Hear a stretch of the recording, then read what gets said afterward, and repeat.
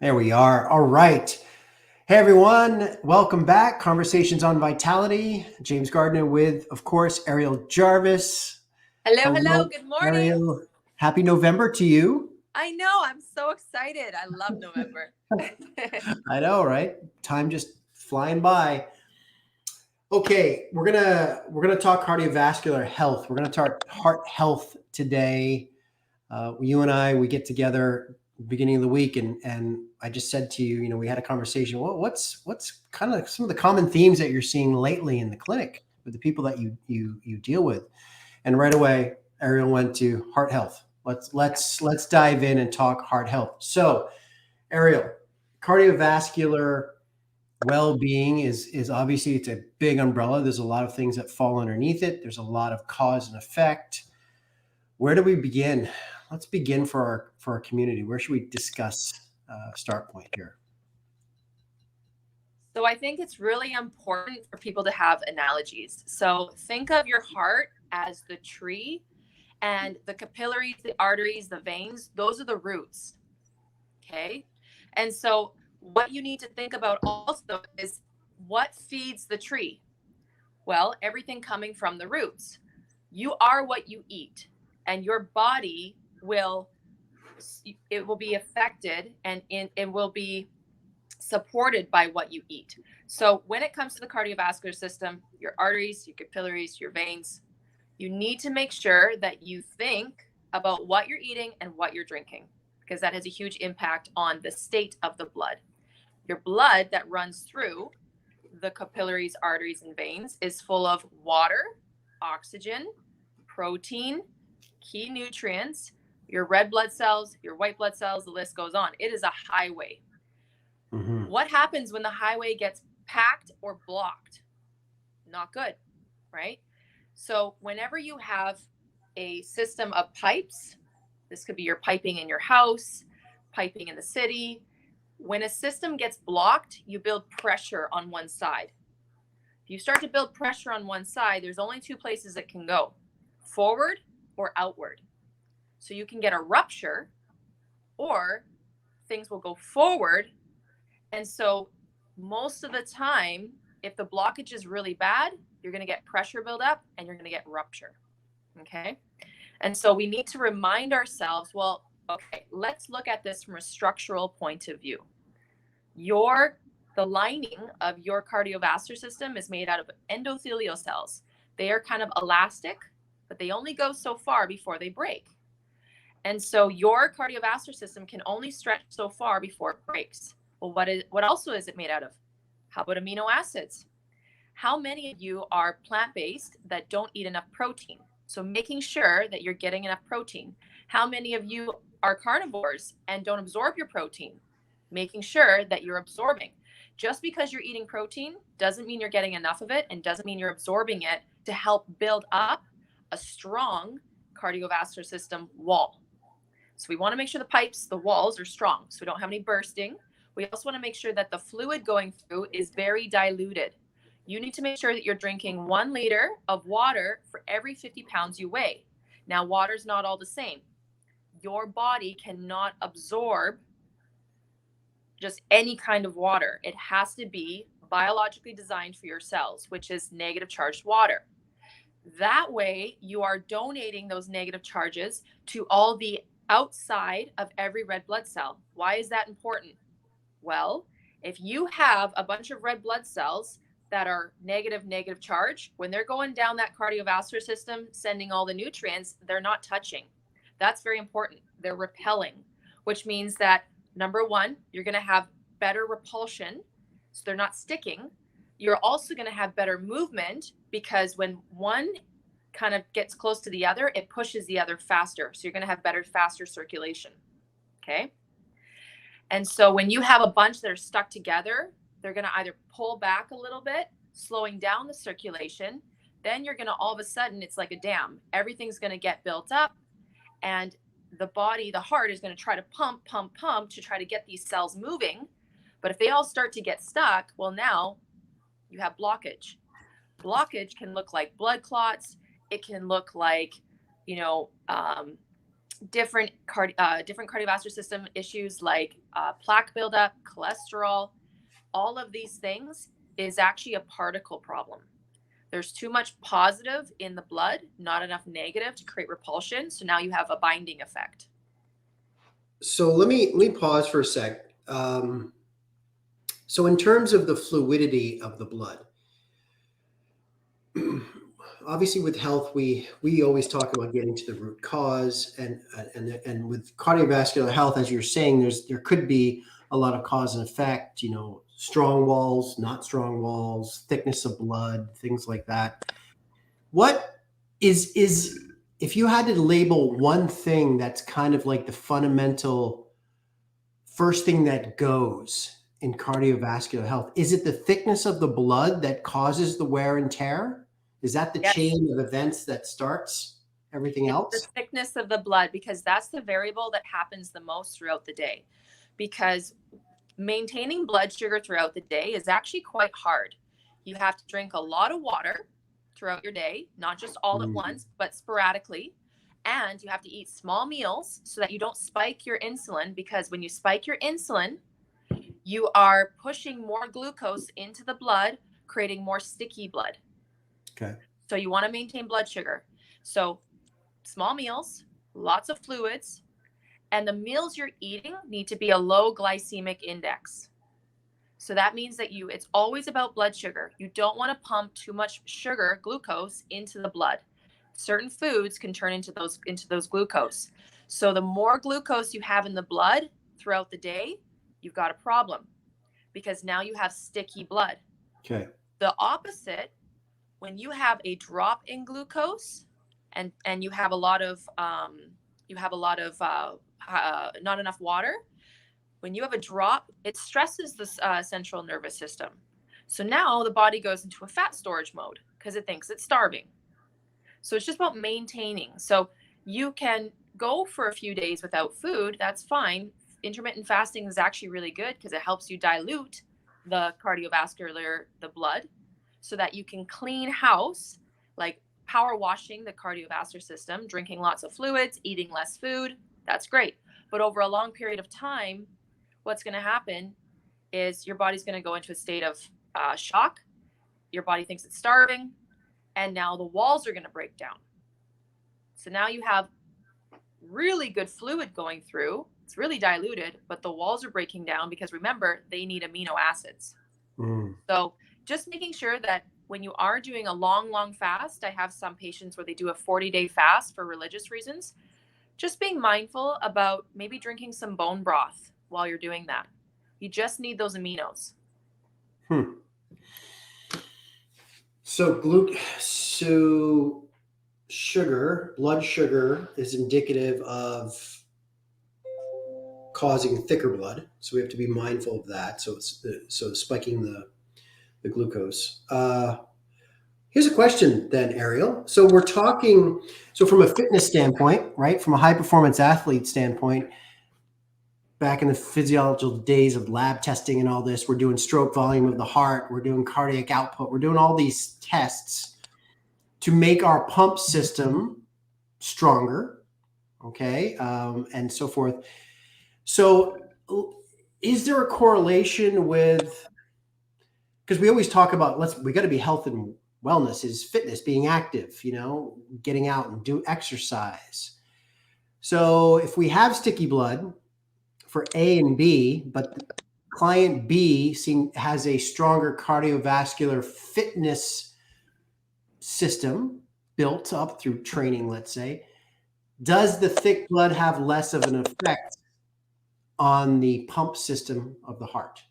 So I love your question. So number one, when you're an athlete, you're working the heart. The heart is a muscle, which means the pumping action is going to be better and stronger, and it's going to be able to last longer.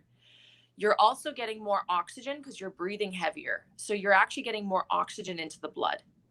And so you are purifying the blood. You're removing oxidative stress, free radicals, anything that can affect the wall or plaque buildup. That's what you're cleaning. So you're essentially doing a power washing already. right? Okay. And so that's going to prevent you from getting 13 different types of cancer. However, just because you're an athlete, just because you're exercising every day, doesn't give you the ability or the freedom to eat whatever you want.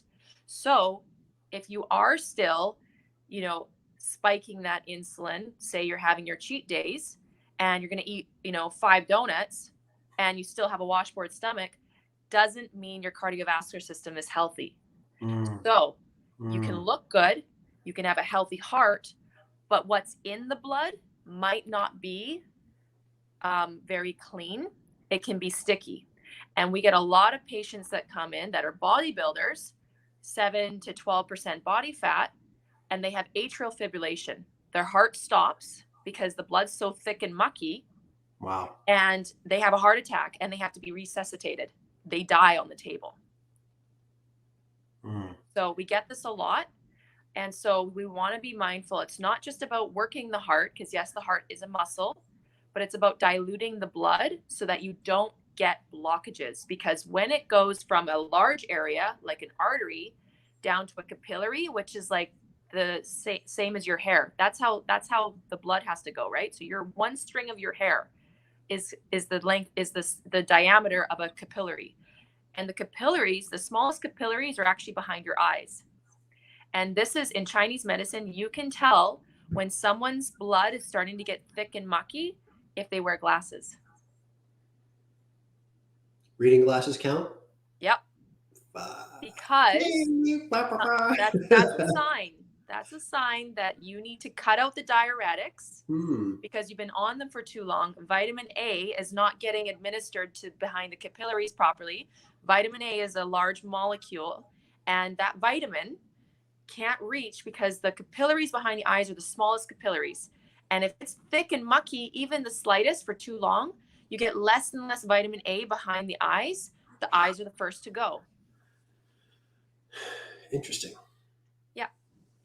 Wow. Okay. Eyes aside, back to the heart. That's Yes. amazing though. Okay. Strong heart, strong walls, fluid, thinness. So a lot of times then, because we've talked about inflammation, most people tend to be more acidic, all of these things. Is it fair to say most people walk around probably with a thicker blood than they should? Yes. Probably fair to say. Yeah. And in Western medicine, a lot of times for cardiovascular treatment, a lot of times it's thinners, is it not? Like to thin the blood? Yeah. So warfarin, Advil, aspirin, all of that. And what you can do is we actually get patients off their blood thinners by getting them to cut out the starches. Remember, gluten is glue. Mm. It sticks the blood. Rice, white rice, sticky blood, right? So going to like brown rice or quinoa, those things, way better. When it comes to someone who has had a complication with the cardiovascular system, we get them on a paleo diet. We get them off the starches. We get them on the greens. The green, anything dark green, will actually shuttle fat out of the cardiovascular system. So being mindful of that, and we get them to drink their water, 1 liter for every 50 pounds you weigh. Mm. And if you're a coffee drinker, you need to add 1 cup of coffee to 1 cup of water. Okay, that sort of thing. So it's not about cutting out all these things. Yeah, it's about balance. Yeah. It's about making sure that you're constantly diluting the blood throughout the day, because there are certain telltale signs. So number 1, do you wear glasses? Okay. Number 2, have you ever seen someone where their skin is really red? Yeah. And they didn't just work out, like they're always red. Yeah. That's because the capillaries that are right above the surface, they're trying so hard to get oxygen. They're not getting it from enough water intake, so they're trying to get it from the outside world. So they will raise the capillaries as close as they can to the skin, creating this complexion of looking very red. If that person has high blood pressure, if that person starts drinking a ton of water, negative charged water, their skin will go back to being the color it's supposed to be. Hmm. And so when we exercise, what happens to our cheeks? They go red, right? Because when Right. you're exercising, you're raising your heart rate, you're raising your blood pressure. When you raise your blood pressure, you become red, right? If someone's really emotional all the time, really angry, really stressed, what happens? Some people will go red. Their blood pressure goes through the roof. Pain makes your blood pressure go up. Okay. What time are we at? Okay, we got a few minutes here. This is great. So here's a question then.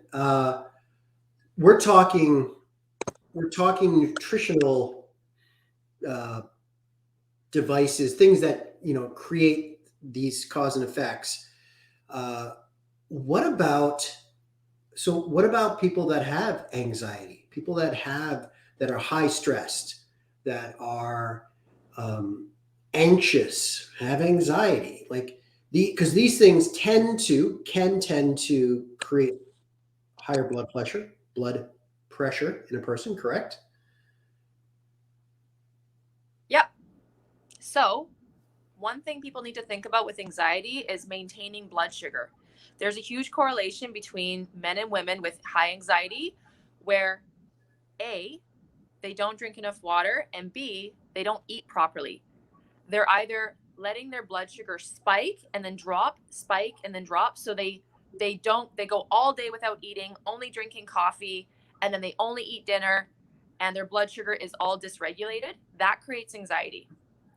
And a panic attack can come from getting lack of oxygen to the brain. Okay? Oxygen runs through the blood. The less water you drink, and Hmm. if you don't eat properly, and if you're just like eating treats throughout the day, now your blood sugar is going all over. I have patients where they live on coffee or cookies or like little treats throughout the day. Well, your blood sugar is all over. You need to balance with protein. So as soon as they start eating their protein and their vegetables, and they're eating 4 to 5 times a day, and they're drinking their water and they're doing less caffeine, their anxiety goes away, Hmm. because now they're not letting their blood sugar drop. If you let your blood sugar drop, the body thinks it's about to starve. It will send out a central nervous system side effect, and you will get dysregulation, and you'll feel like you're having an anxiety attack. Hmm. Yeah, it's interesting. I do feel strongly that there is a correlation between nutritional intake and mental health, for sure. I do. I mean, I've seen it myself, and with my mad scientist mode, I go into, oh, you know what, I'm feeling this, and then I look back, and usually it's something having to do with having my routine or my habitual nutritional pattern Yep. is out the window for some reason. Yeah, you have a long day, and all of a sudden, like, you're in a Yeah. meeting, and the meeting skips lunchtime, and now Yeah. it's 3 o'clock, and you've only eaten breakfast. Uh-huh. All of a sudden, you get a little bit of anxiety, and you have a physiological effect. You start to get Yeah. anxiety. It's so interesting. And it's Yeah. blood sugar dysregulation. Huh. Okay. So let's obviously we could continue this conversation, and maybe we will I more think we should. because Yeah. we don't have time, but I'd love to get into cholesterol and some of these staple things that people are labeled with conditions and stuff, and maybe we can do that in one of our future conversations. But for today, uh, thickness. So Ariel, if you could leave our community with just a couple of recap of takeaways to strengthen the wall, to minimize thickness in the blood, and set themselves up for a Yeah. little bit better cardio health than they were prior to listening to this, what would you say? I'm going to give you all a little nugget, and this could save a life. Okay. So add this to your grocery list: cayenne pepper. Okay. So if you feel like you are having a heart attack, yes, you can call 911, but also get yourself a little cup of water, put half a teaspoon of cayenne in there, and drink it down. It will go away. This has saved so many lives from having to have a heart attack. It opens up, and vasodilation Mm, opens everything up, allows whatever blockage to pass through, thins out the blood. It's a natural blood thinner, and it resets everything. So everything's going to be okay. This is something in Ayurvedic medicine that is used so many years to support someone so that they don't have that complication. And if you have been a patient who has had a heart attack before, keeping cayenne pepper in the house at all times is very important. And the second thing is making sure that you're drinking your water and making sure that you're taking chlorophyll. Chlorophyll is actually a blood thinner as well. And making sure that you're taking enzymes when you eat protein so that you absorb it properly to build up those cardiovascular walls. Awesome. Awesome. It's interesting with the cayenne. We used to, in my rowing days, not too far removed from them, but we used to do that post really intense session where our bodies would be screaming with, a lot of lactic acid. We would have this whole tincture that we would make with turmeric and cinnamon and cayenne pepper and just down it, man. It would just feel like it would flush and get everything kind of just really moving. Yeah. It's quite the thing. Yeah. Yeah. That's what we do with patients when they think they're having a heart attack. We give them an elixir, and that's the combination, the turmeric for the anti-inflammatory. We've got the cayenne. We've got the cinnamon. Yeah. Yep. Yeah. Cool. Good stuff. All right. Awesome, Ariel. Thank you so much. Make sure, gang, she gave you some tips here at the end. I'm going to write those down in the show notes as well. Some really good things. Ariel, thank you for your time. As always, congrats on the new office space. Yeah. Thank you. You have a little bit more room to do your genius there. It's Thank awesome. you. It's very exciting. Thank you so much for having me today. And, okay. Awesome. Have a wonderful day. All right. Cheers. Bye. Bye.